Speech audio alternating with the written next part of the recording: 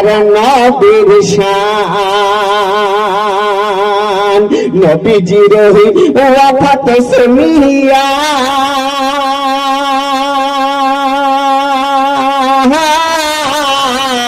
কান্দিয়া কান্দিয়া বেলাল গেলেন বেহুশ হইয়া নবীজির ওয়াফাত শুনিয়া কান্দিয়া কান্দিয়া বেলাল গেলেন বেহুশ হইয়া কান্দিয়া কান্দিয়া বেলাল কান্দিয়া কান্দিয়া বেলাল মদিনায় লুটায় আশিক বিনে কে বোঝবে আমার দয়ার নবীর শান উম্মত বিনে কে বোঝবে আমার দয়ার নবীর শান। এ বাবাজি ভাইরা গো, ওগো আমার সোনা মানিকেরা, ওগো আমার মা খালারা, শুনে যাক গো মা রাতের বেলা আমার বিশ্ব নবী এক এক করে আবার সমস্ত বেদিন মুসলিমদেরকে কালেমা পড়ালেন। জোরে বলুন, একবার মোহব্বতে বলেন দুহাত উঁচু করে, ইয়া রাসূলুল্লাহ। আমার বিশ্ব নবী যখন এক এক করে কালেমা পড়ালেন মসজিদের নববীতে বাবা এইভাবে সাহাবাদেরকে নিয়ে যেন খুতবা দিচ্ছেন।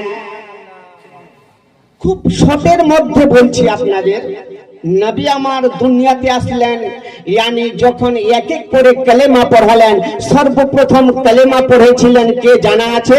মহিলাদের মধ্যে কালেমা পড়েছিলেন কে জানা আছে? যুবকদের মধ্যে, নওজওয়ানদের মধ্যে কালেমা পড়েছিলেন কে জানা আছে? ইনশাআল্লাহ বলবো। শুনতে রাজি আছেন গো? শুনতে রাজি আছেন? শেষের দিকে একটু মনে করাই দিবেন, এখন বলবো না জি, এখন বলবো তো হয়তো আপনি চলে যাবেন নাকি। বারাদার বন্ধুগণ দোস্তবাদ যে ভাইয়েরা গো, আমার বিশ্ব নবী রহমতের নবী মসজিদের নববীতে বাবা এইভাবে খুতবা দিচ্ছেন। যেইভাবে আজ মুফতি সাহেব একটা জালসা সাজিয়েছে, হাদিস কোরআনের কথা আলোচনা হবে, আপনারা শ্রবণ করে আমল করবেন, ঠিক কিনা বলেন? যে ঠিক কিনা বলেন? তদরূপ আমার বিশ্ব নবী মায়ার নবী গো সাহাবাদেরকে খুতবা দিতে লাগলেন। ওরে আমার সাহাবারা শোনো শোনো, যাদের মা বাবা দুনিয়ার বুকে বেঁচে আছে তোমরা মা বাবার খিদমত করবে। জোরে বলুন সুবহানাল্লাহ। আমার দরদি নবী মায়ার নবী বলেছেন তোমার মা বাবার পদতলে তোমার হলো জান্নাত। মা বাবার পদে তোলে কি? জান্নাত। সাহাবায়ে কেরাম বাবা এইভাবে যখন খুতবা দিতে লাগলেন, আর পূর্ব দিক থেকে এক সাহাবায়ে কেরাম দাঁড়িয়ে গেলেন আর বলতে লাগলেন, ইয়া রাসূলুল্লাহ, ইয়া হাবিবাল্লাহ, হুজুর গো, ইয়া রাসূলুল্লাহ, আমার মা বাবা দুনিয়ার বুকে বেঁচে নাই। ওগো নবীজি আপনি বলুন না, বলুন না কেমন করে আমি মা বাবার খিদমত করব? আমার মা বাবা দুনিয়াতে বেঁচে নেই, ইয়া রাসূলুল্লাহ আমি কেমন করে মা বাবার খিদমত করব? ইয়া রাসূলুল্লাহ, ওগো নবীজি আমি যখন মায়ের গর্ভে ছিলাম আবার আব্বা ইন্তেকাল করে গেছে, আর যখন আমি দুনিয়াতে আসলাম মা এত জ্বালা যন্ত্রণা সহ্য করার পরে পরে আমি দুনিয়াতে আসার সঙ্গে সঙ্গে আমার মাও ইন্তেকাল করে গেছে। ইয়া রাসূলুল্লাহ ইয়া হাবিবাল্লাহ হুজুর গো বলুন না গো ওগো নবীজি আমি কেমন করে মা বাবার খিদমত করব এ বারাদার বন্ধু বান্ধব বাপজি ভাইরা গো প্রত্যেক বান্দা বান্দির মনের তামান্না মনে ইরাদা ইচ্ছা হয় আমার মা বাবার আমি খিদমত করব জি ঠিক কিনা বলেন মা বাবার প্রত্যেকের মনের আরমান তামান্না যে আমি আমার মা বাবার খিদমত করব বারাদার সাহাবায়ে কেরাম যেই না এই কথা বলা আমার নবী পাক বলতে লাগলেন ওরে আমার সাহাবা তুমি আমার দিকে এসো আমি তোমাকে সব বলে দেব সাহাবায়ে কেরাম আমার নবীর কাছে আসলেন আর আসার পর বলতে লাগলেন ওরে আমার সাহাবা শোনো শোনো তোমার মা বাবাকে যেই জায়গাতে দাফন করা হয়েছে আর ওই জায়গাতে চলে যাও পশ্চিম দিকে দাঁড়াবে দুহাত তুলে দোয়া করবে তোমার মা বাবার খিদমত করা হয়ে যাবে জোরে বলুন সুবহানাল্লাহ সাহাবায়ে কেরাম করলেন কি বাবা এক পা দু পা করে হাঁটতে হাঁটতে হাঁটতে হাঁটতে বাবা কবরস্থানে পৌঁছালেন সম্পূর্ণ কবরস্থান ঘুরলেন কিন্তু মা বাবার কবর পেলেন না ওই সাহাবায়ে কেরাম এবার চোখে যেন পানি টলমল করতে লাগলো আল্লাহ পাক রব্বুল আলামিনের দরবারে দোয়া করে আর বলে ও রব্বুল আলামিন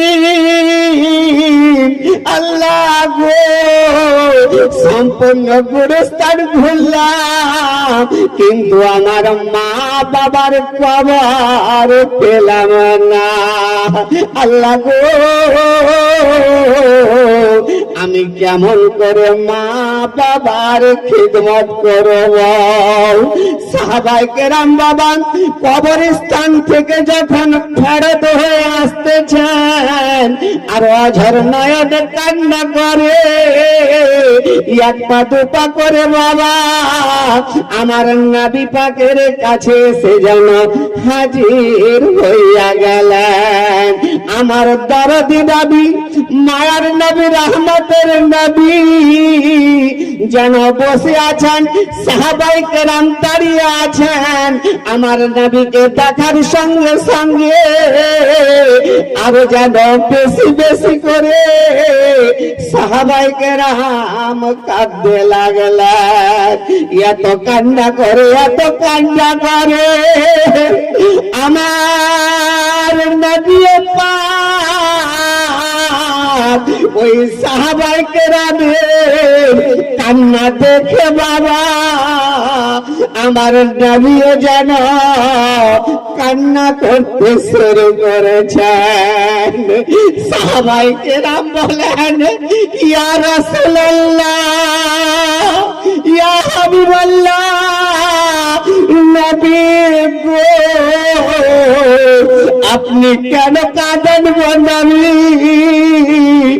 আপনি একবার আমাকে বলুন না আমার নবী পাক বলতে লাগলেন ওরে আমার সাহাবা